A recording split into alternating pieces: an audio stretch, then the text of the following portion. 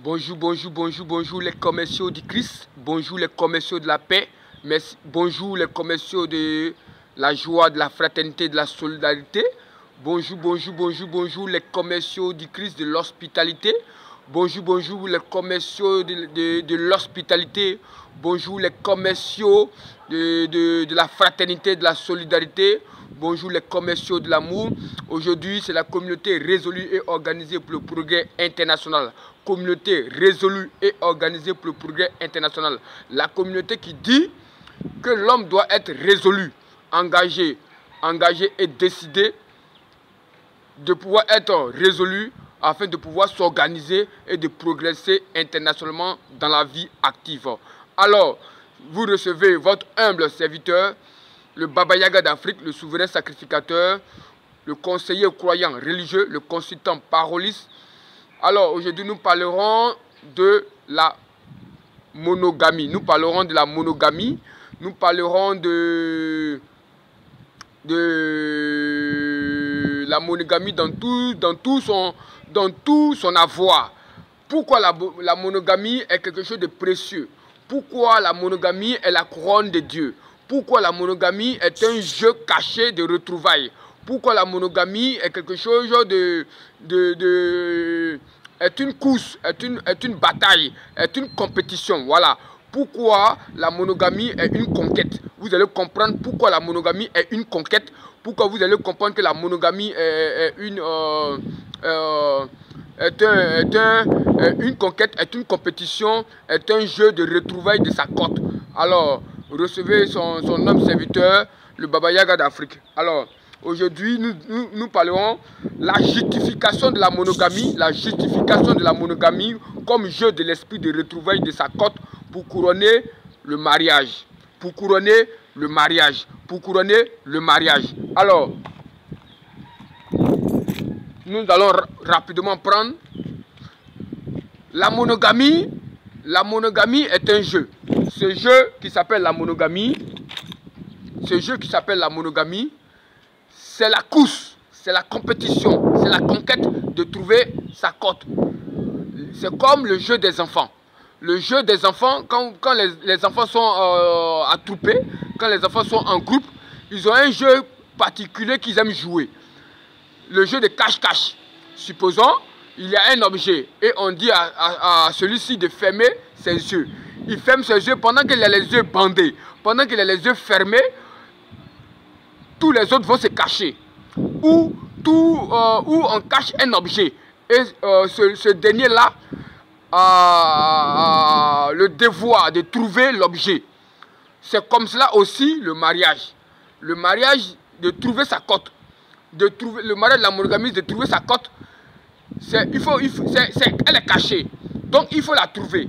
Il faut la percevoir. Mais tout cela dépend de la disposition et de la connexion et de la concentration avec Dieu. Alors, on va prendre Genèse.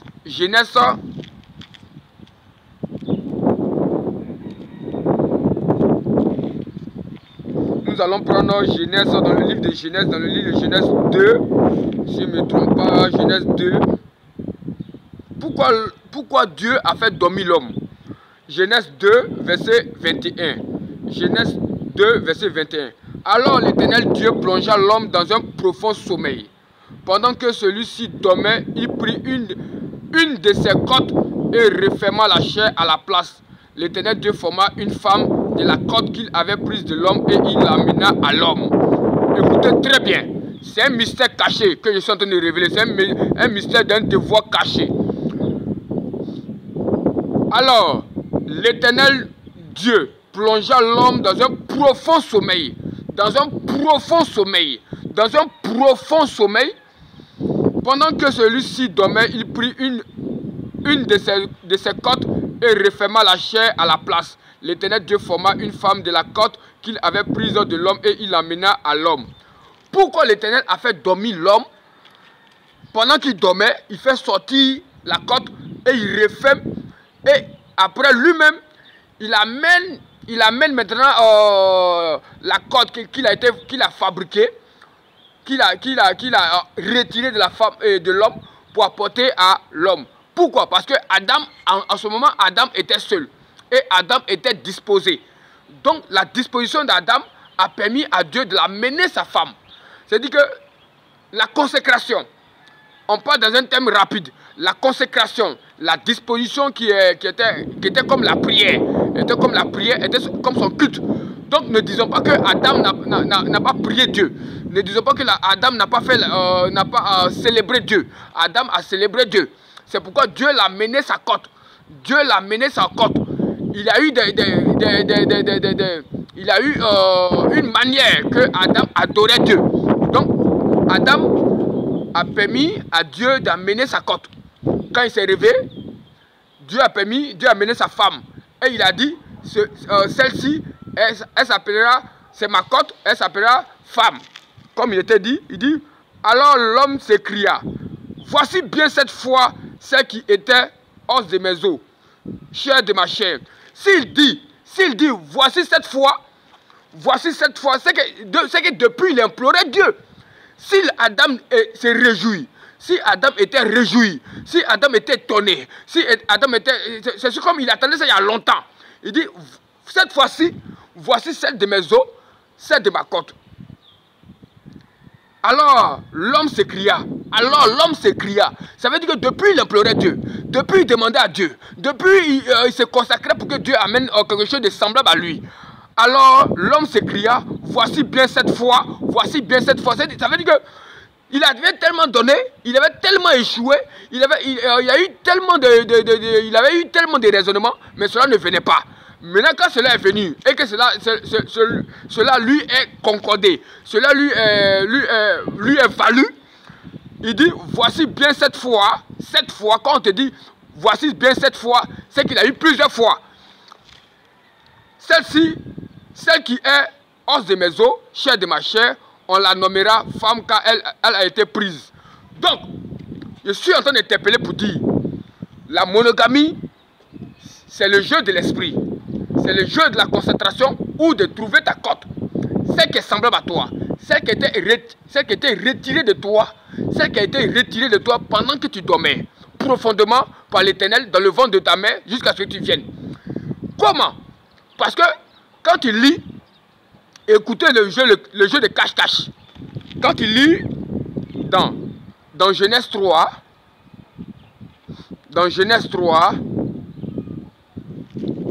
je vais voir bien, Genèse 3, où Dieu chassa l'homme. Voilà.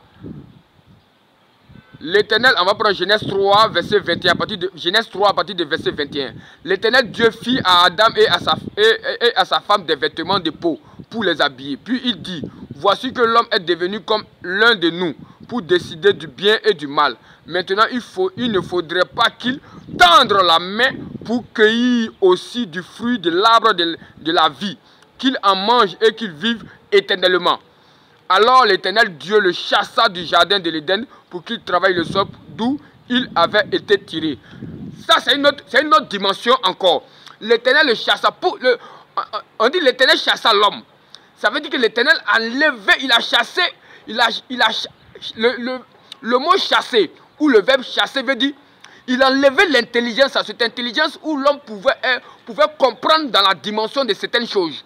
Il a chassé l'homme où l'homme était dans l'espace de comprendre la pensée de Dieu, de comprendre, d'avoir l'intelligence et la sagesse, de comprendre l'innovation, de comprendre la création, de comprendre l'invention, de comprendre le développement, de comprendre le progrès. Il a chassé l'homme de ce côté.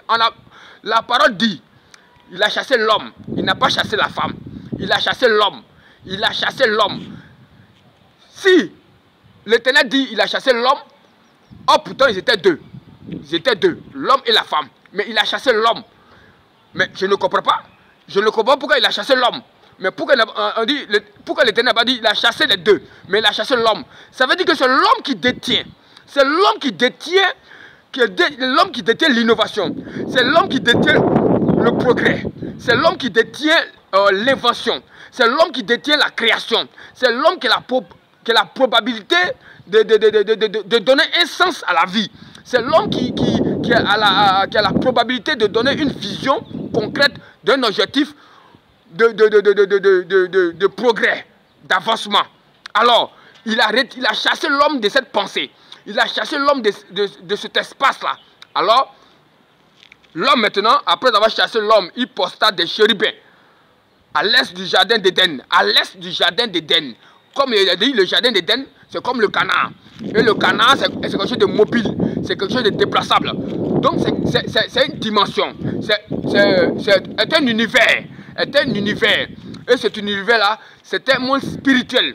Comme je l'ai dit, c'est le royaume des cieux. Le Seigneur Jésus-Christ dit le royaume des cieux, c'est quelque chose caché. Quelque chose caché. Quelque chose caché. Donc, il faut découvrir. Mais pour l'Éternel, pour ne pas que l'homme découvre, l'Éternel a mis un chérubin à la porte de ce mystère-là. L'Éternel a mis un chérubin à la porte du mystère du royaume des cieux. Mais après, au fur et à mesure, vous décortiquez comment enlever ce chérubin et rentrer dans le mystère du royaume des cieux. Mais Jésus-Christ l'a déjà dit, Jésus-Christ l'a déjà révélé. Mais je vais vous montrer quand même le verset. Alors, donc il s'agit de trouver sa femme, de trouver sa côte. Comme je l'ai dit, ce n'est pas quelque chose de facile. Ce n'est pas quelque chose de facile. Ce n'est pas un jeu de la chair. Parce qu'elle a des belles seins. Parce qu'elle a un beau visage. Ou bien parce que. Ce n'est pas une question de parce que. Mais c'est une question de retrouver. C'est une question obligatoire de retrouver ta côte. Mais le Seigneur Jésus-Christ dit, comme ce n'est pas permis à tout le monde, ce n'est pas tout le monde qui peut faire. Dans Matthieu 19, verset 11, à partir de Matthieu 19, à partir de verset 11, comme ce n'est pas tout le monde qui arrivera, comme c'est pas tout le monde qui arrivera à trouver ou à supporter ce jeu, cela va de lui. Sinon que c'est un jeu, c'est un concours. C'est pourquoi je dis le mariage de la monogamie parfait. Le mariage de la monogamie parfait, de trouver le sens réel de sa côte, est une couronne. C'est le mariage des vainqueurs. C'est le mariage des champions. C'est le mariage des couronnés. C'est le mariage de ceux qui sont conçus des chandeliers d'or. Qui sont conçus des chandeliers d'or. Puisqu'il y a plusieurs chandeliers en argent, en argile. Mais ils sont conçus en or. Comme dans les jeux de compétition. Les premiers sont donnés, on les récompense en or. Les seconds en argent et dessus ensuite en bronze. Mais je vous le dis, la monogamie est le mariage où tu dois trouver ta côte. Parce qu'elle est cachée. Quand tu dormais, l'Éternel a pris, enlevé et il a caché. Comme le jeu des enfants, il faut trouver l'objet. Ou bien il faut trouver ton conjoint. Il faut trouver des conjoints qui sont cachés. Il faut le trouver. Voilà. En ce moment, tu as découvert une personne. Donc, nous partons sur un autre thème encore. Comme c'est un mystère. C'est un mystère très caché. Je vais prendre quelques versets pour pouvoir éclaircir quelqu'un. Comment? C'est pas de notre force. C'est pas par la force tu peux trouver ta femme. C'est pas par la force. Adam là, il n'a pas fait la force. Adam là, il était tranquille. Et il priait. Il dit cette fois-ci, c'est qu'il a beaucoup attendu. Il a beaucoup persisté, il a beaucoup patienté, il s'est beaucoup consacré et il a beaucoup demandé à Dieu. L'Éternel de Dieu dit, frappez, on vous ouvrira, cherchez, vous trouverez, demandez, on vous donnera. Mais c'est à qui? C'est à lui l'Éternel, ton Dieu, ton Créateur. C'est à ton berger, voilà, c'est à ton maître qu'il faut demander. Voilà. Donc, écoutez un peu, on va prendre un peu dans Matthieu 17, Matthieu 17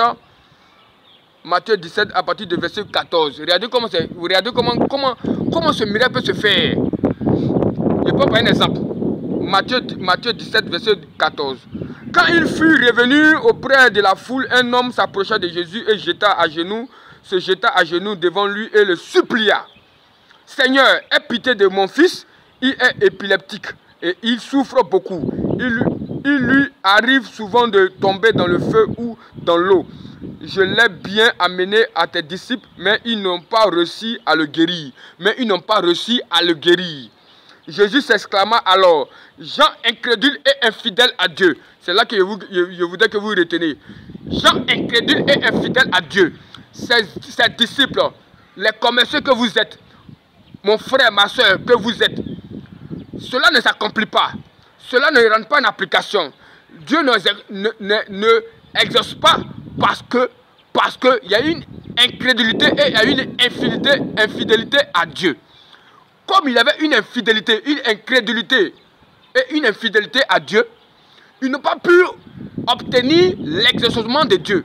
Ils n'ont pas pu chasser le démon. Ils n'ont pas pu ordonner à l'esprit. Ils n'ont pas pu ordonner au monde spirituel de partir. Ils n'ont pas pu soumettre le monde des ténèbres. Or, pour soumettre le monde des ténèbres, il ne faut pas être incrédule et être fidèle à Dieu. Il faut être fidèle à Dieu. Comme le Seigneur Jésus dit dans Matthieu 17, verset 17.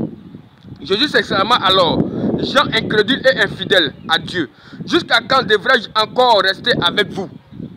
Jusqu'à quand devrais-je encore vous supporter? Jusqu'à quand je devais vous supporter? Jésus savait que ça faisait mal de les supporter, mal de vous parler, mal de vous expliquer, comme vous les commerciaux que vous m'écoutez présentement. Peut-être que tu as ta femme comme disciple, tu as ton mari comme disciple, tu as ta femme comme disciple, tu as ton mari comme disciple, tu as un peuple comme disciple. Toujours tu parles, Non, il ne peut pas supporter. Il faut arriver. Jésus savait que l'être humain là, c'est pas facile de le supporter. Mais Jésus-Christ a dit, il savait que c'était un concours. Donc il était obligé de les supporter jusqu'à qu'ils puissent arriver à l'accomplissement. Parce qu'il faut atteindre un but.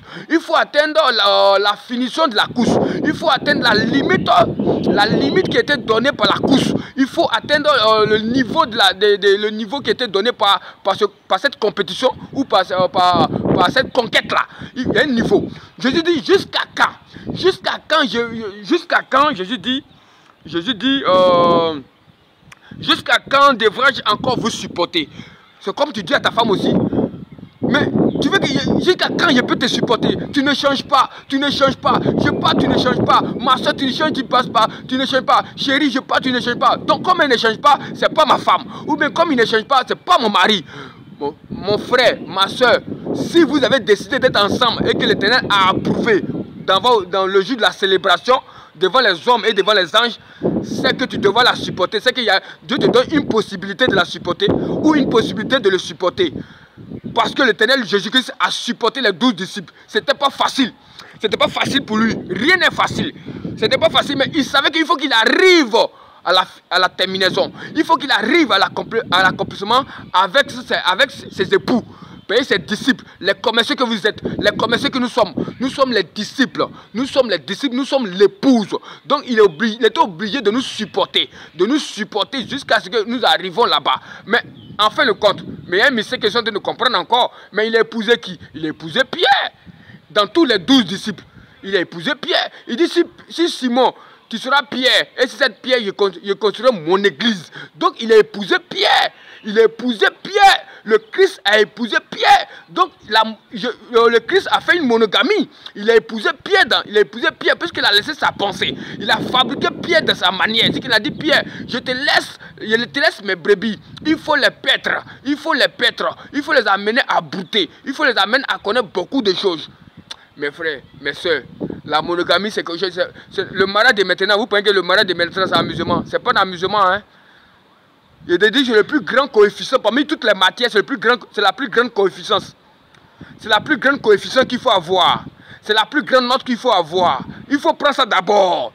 Quand tu finis de choisir ta cote, quand tu finis de prendre ta cote, si tu veux, il faut faire ce que tu veux. Si tu veux là, il faut pas les fausses moyennes. Il faut avoir des fausses moyennes. Mais en tout cas, tu as eu la plus grosse moyenne. Il faut trouver ta cote. C'est le championnat qui est là. Jusqu'à quand? Jusqu'à quand devrais-je encore vous supporter? Jusqu'à quand devrais-je encore rester avec vous? Jusqu'à quand? Mais il savait qu'il faut rester. C'est rester jusqu'à la mort. Rester jusqu'à la mort. C'est pourquoi quand il va te marier, le maire dit, pour le meilleur et pour le pire. Pour le meilleur et pour le pire, jusqu'à la mort. Jusqu'à la mort. Jusqu'à la mort. Ce n'est pas du jeu. Ce n'est pas une plaisanterie. Donc le mariage de la monogamie, ce n'est pas du jeu. Et il y a quelque chose qui va compléter encore. Comme je l'ai dit, le royaume des cieux 18:3. 18:3. Le royaume des cieux, comme je l'ai dit, il a déposé le chérubin. Le chérubin qui est à côté de la porte du jardin d'Éden, pour le déplacer, c'est quoi? Il va vous montrer le secret. Il va vous dire le secret. Je vais prendre un verset tranquille pour vous éclairer. Matthieu 18, verset 3. Bon, on va partir à partir du verset 2. Alors Jésus appela un petit enfant, le plaça au milieu d'eux et dit, vraiment je vous l'assure, si vous ne changez pas et ne devenez pas comme des petits enfants, vous n'entrerez pas dans le royaume des cieux. Si vous ne faites pas comme des petits, si vous ne changez pas, si vous ne devenez pas comme des petits enfants, vous ne rentrerez pas dans le royaume des cieux. Vous ne déplacerez pas le chérubin. Le chérubin là, c'est un ange que l'Éternel a mis dans le mystère du royaume des cieux, dans la connaissance de l'innovation, dans la connaissance de l'invention, dans la connaissance de la prospérité, dans la connaissance du progrès, dans la connaissance d'un développement d'une nation, d'une ville, d'un continent, d'un pays, d'une commune. L'Éternel a cette connaissance-là, ou cette sagesse-là, d'innover, d'apporter le développement, d'apporter l'innovation, ou bien l'émergence. L'Éternel a mis devant la porte de cette intelligence-là, ou devant la porte de cette émergence-là, un chérubin. Mais pour le déplacer, et pour comprendre, et pour rentrer, pour rentrer et de comprendre les mystères du développement et de l'innovation et de la création et de l'invention, il faut que vous changez. Vous changez de quoi? De mentalité. On va dans Matthieu 3, verset 8. Jean-Baptiste dit, changez et portez des poussements, des fruits qui portent, des fruits qui sont valables à Dieu. Alors, si vous ne changez pas et ne devenez pas comme des petits enfants, vous n'entrerez pas dans le royaume des cieux. C'est pourquoi le plus grand dans le royaume des cieux est celui qui s'abaisse comme cet enfant, et celui qui accueille en mon nom un enfant comme celui-ci m'accueille moi-même. Est-ce que vous-même vous êtes honnête avec vous? Comment toi tu es un homme qui a pris une femme, toi tu préfères aller gaspiller quelque part, tu préfères aller faire des dépenses à quelque part, et puis ne pas contribuer au bien-être de ta femme et de tes enfants. Ça c'est un problème encore. Ça c'est un problème encore. J'ai une conception. Quand c'est ta cote là, lorsque tu tousses là, ta femme est à la maison, elle tousse. Lorsque tu as mot de tête là, tu es à la maison là, si ta femme à la maison, elle aura mot de tête. Parce que c'est ta cote. Tu dois sentir ta femme doit ressentir ce que tu ressens. Ce n'est pas du jeu, la monogamie c'est pas du jeu. Hein. Quand tu retrouves ta cote là, si tu as mal au pied, ta femme ressent cette douleur. Si c'est pas du jeu, c'est ce qui atteste que c'est vraiment ta femme ou c'est vraiment ton mari. C'est ce qui atteste. Mais cela, ce sont des épreuves que vous devez supporter, que nous devons supporter. Nous devons concourir, nous devons examiner et dépasser ces épreuves et ces examens-là. Et ne pas faillir à ces concours pour arriver à l'étape de l'accomplissement. Voilà. Donc, le royaume des cieux, c'est la chose spirituelle. Pour rentrer dans la spiritualité, là où se trouve l'innovation, là où se trouve l'invention, il faut que nous changeons de caractère. Je parle à des autorités, je parle à des personnes, je parle à des familles, je parle à des présidents, je parle à des directeurs, je parle à des chefs de famille, je parle aux maires, je parle aux députés, je parle aux différents ministères. Nous devons être humbles, nous devons être soumis afin que nous ayons toute la direction, toute l'information de la direction que l'Éternel peut nous donner selon notre ministère, selon notre position, afin de développer une nation, afin de développer un continent, afin de développer une ville, afin de développer un quartier, afin d'améliorer. Chers frères, chers sœurs, ce n'est pas une course aux objets, ce n'est pas une question de course aux objets, ce n'est pas une question de course au titre, ce n'est pas une question de courir pour s'imposer, mais c'est une question de jouer son rôle, de jouer sa partition dans son rôle. Tu peux être consacré par onction pour être un inventeur en électricité. Tu peux être consacré par onction pour être un entrepreneur en bâtiment. Tu peux être consacré par onction pour être un ingénieur en bâtiment, en électricité. Mais pas parce que tu as la connaissance de la médecine, tu as quelques connaissances de la médecine que tu es médecin. C'est pas parce que tu as la connaissance, tu as quelques connaissances de la médecine que tu es médecin. Non, non, non, non, non. Il faut être consacré par onction pour cela. C'est pas parce que tu connais la Bible, tu connais quelques versets, que tu vas me dire que tu es consacré par onction pour annoncer la parole. Non, non, non, non, non. Il y a des gens là qui connaissent les choses du bâtiment, mais ils ne sont pas ingénieurs, ils ne sont pas entrepreneurs, ils ne sont pas architectes. Ce n'est pas du jeu. Il faut que chacun soit à son poste. Il faut que chacun soit à son poste. Pour connaître son poste, il faut avoir l'amour de l'intuition que tu ressens profondément dans ton cœur. C'est ce qui est ton trésor, c'est ce qui est ta mine d'or dans la terre que tu es de ta personnalité. Alors il faut creuser pour trouver la position, l'endroit où se trouve ta mine d'or, qui est ton talent, ton potentiel, ta valeur, afin de fleurir, afin de produire selon ton espèce. Produis selon ton espèce, mon frère. Produis selon ton espèce. Produis selon ton espèce. Cher frère, il faut que nous produisions selon notre espèce. Nation, produis selon ton espèce. Ville, produis selon ton espèce. Famille, produis selon ton espèce. Comme Joseph dit à ses parents. Joseph dit à ses parents, lorsqu'il rentrait en Égypte, il dit, si Pharaon vous demande, qu'est-ce que vous faites? Dites que vous êtes des éleveurs. Dites que vous êtes des éleveurs. Dites que vous êtes des éleveurs. Et ils sont des éleveurs. Ils sont arrivés, Pharaon a posé la question, il dit, ils sont des éleveurs. Ce sont des éleveurs. Il faut connaître ta position. Il faut connaître ton potentiel. Je parle à une nation. Je parle à une ville. Je parle à un député. Je parle à un maire. Je parle à un ministre. Il faut que nous soyons des gens sensibles comme des enfants. Il faut que nous ayons des cœurs comme des enfants. Il faut que nous arrivions à nous comprendre, à nous écouter et à nous comprendre. On ne s'écoute pas. Parce qu'il est plus jeune que toi, tu ne l'écoutes pas. Parce qu'il est plus petit que toi, tu ne l'écoutes pas. Jésus-Christ dit que celui qui veut être plus grand, Matthieu 18, c'est pourquoi le plus grand dans le royaume des cieux est celui qui s'abaisse comme cet enfant. Est celui qui s'abaisse comme cet enfant. C'est-à-dire que celui qui va avoir l'intelligence et la sagesse, le royaume des cieux, c'est le mystère caché du royaume des cieux, c'est le mystère caché de l'intelligence et de la sagesse. Le royaume des cieux, c'est le mystère caché de l'intelligence et de la sagesse, de l'innovation, de l'invention, de la création. Donc pour que nous innovons, nous devons être un comme des enfants. On te donne un salaire, va donner à X, il faut donner son argent. On te donne de l'argent qui est attribué à temps, il faut donner son argent. Il ne faut pas couper dessus. Remets ce qui est à César, César. Remets ce qui est à Dieu, à Dieu. Remets ce qui est à X, à X. Il ne faut pas venir exploiter dedans. Il ne faut pas venir enlever dedans. Il ne faut pas venir te jouer les dangereux dedans. Mon frère, soyons honnêtes dans cette nation. Soyons honnêtes dans ce continent africain. Soyons honnêtes dans nos pensées. Soyons honnêtes dans ce que nous faisons. C'est l'honnêteté qui arrose ce que nous sommes. Je vous salue, c'était la communauté résolue organisée pour le progrès international. Arrosez votre âme par des bons comportements et par des bonnes pensées. La pensée de Caïn était mauvaise. C'est pas parce que l'offrande qu'il a fait n'était pas nombreux ou n'était pas beaucoup, mais parce que Caïn avait une arrière-pensée, avait des mauvaises pensées. Et l'Éternel lui a dit, pourquoi tu t'es irrité comme ton frère? Tu as vu, parce que l'Éternel voyait dans sa pensée. L'Éternel voit dans notre pensée. L'Éternel voit dans notre cœur.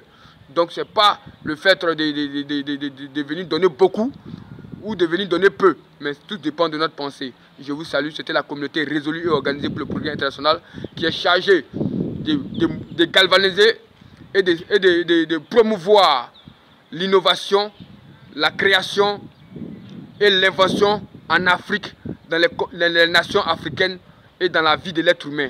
Chers frères, chères sœurs, consacre-toi à percevoir et à recevoir du cadeau de l'Éternel l'innovation, l'objectif de l'innovation, la création, l'invention, la sagesse pour apporter un bon développement de complémentarité à ta nation, à ta ville, pour un monde meilleur. Je vous salue. C'était le Baba Yaga d'Afrique, le Baba Yaga d'Afrique. Que le Seigneur nous bénisse et le Seigneur arrose tout ce que vous avez entendu et que cela porte des fruits dans vos cœurs, dans votre pensée. Au nom puissant de l'amour, au nom puissant de la sagesse, au nom puissant de la connaissance, au nom puissant de la fraternité, au nom puissant de la solidarité. Merci.